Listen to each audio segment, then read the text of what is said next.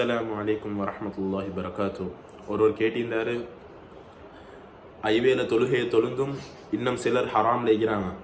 அப்போ அதில் முதல் நான் சகோதரிகளே, அல்லாஹ் சுப்ஹானஹு வ தஆலா மிகவும் மன்னிக்கக்கூடியவன், இரக்கமானவன், அதே போல் தண்டனையிலே மிகவும் கொடுமையானவன்.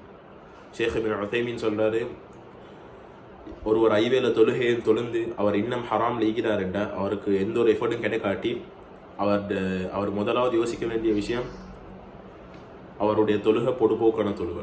எப்படி தொழுகை? சும்மா கடமைக்காண்டி தொழுகிறது. அப்போ தொழுகையில் பக்குவம், ஹுஷு, ஒழுங்கான வுதுவில் குறைபாடு விட்டிப்பார். அப்போ இப்படி தொழுந்தால் உங்களை தொழுகை ஏற்றுக்கொள்ளாது, உங்களுக்கு ஹராம்லேருந்து வெளியே வரவே இல்லை.